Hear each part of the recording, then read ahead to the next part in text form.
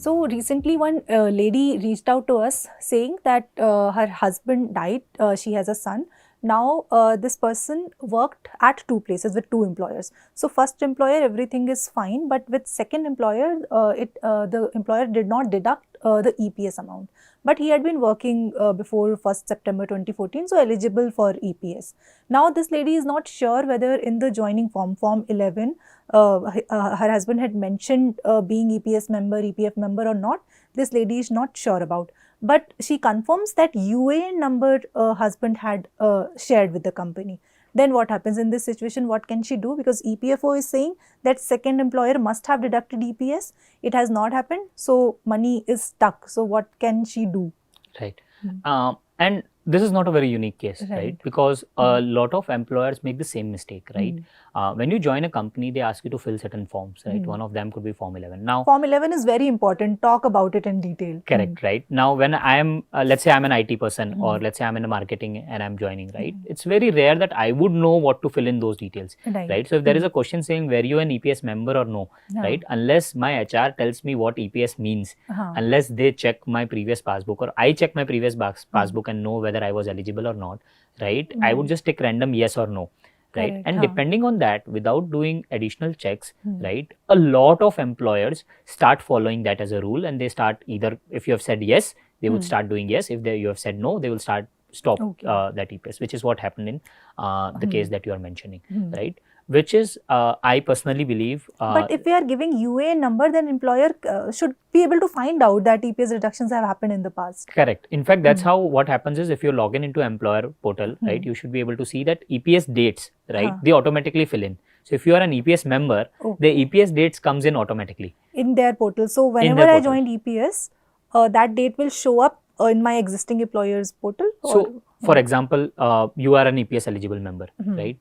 And you worked at two companies and now this is your third company. So as soon as your portal is opened, right, by the employer, and let's say in this company, your date of joining is 1st of February, right? So the date of joining EPS is also pre-filled.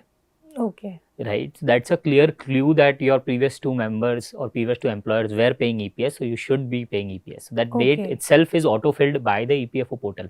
Okay. Right? So employer would know. Employer should know, yes. But a lot of employers outsource this to, the lowest tender giving, consultant, which is where, the quality of work really hampers a lot. And, as a new joining employee, if you are not informed what EPS is, whether you are eligible, whether you are not eligible, how to check that eligibility, you would just take yes or no, depending on, how you're feeling that day. Right. And then they would start following that form and stop doing it. Right. Versus if you are eligible, then no matter what you have done in that form, right, the company should have deducted it.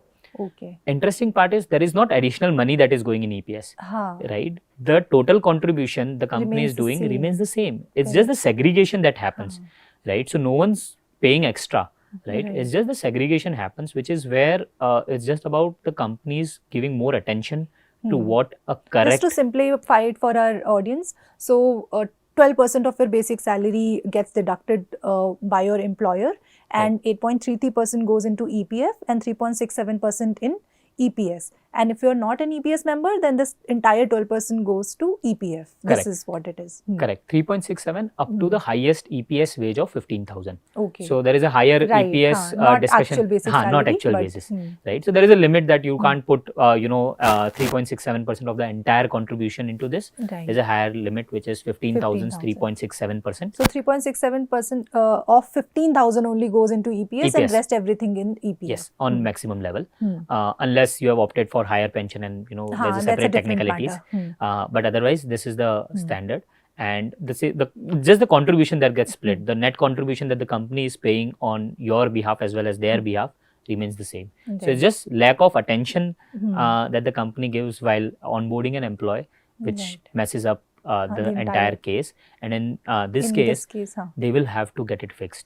Right. So there is a form 3A that the company will have to put along with the letter saying, what happened, and then they want this rectification. Okay. Then money will go to EPS account. Then the money will split. So money is already gone, right? So then the EPF contribution that this person had, right, this will get splitted into EPF plus EPS. So the Okay. company will provide month-on-month breakdown of, let's say they worked for 12 months in the second company. They Okay. will give a breakdown of what they submitted versus what the segregation should be. Right. And then EPFO will make Hmm. those changes on their end to fix those contribution on a Okay. monthly basis, post which the accounts would be segregated.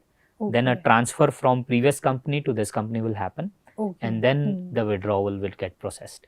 Okay, but if employer doesn't support, then what? You can file a complaint against them in With EPFO saying, we have reached out to the employer, right? This was a mistake done by them. The person was eligible, and now the employer is not supporting. So you can escalate this matter with the EPFO department, saying the employer is not supporting. They have their mechanisms to ensure that the Resolve it. employer will support. Correct. Yes.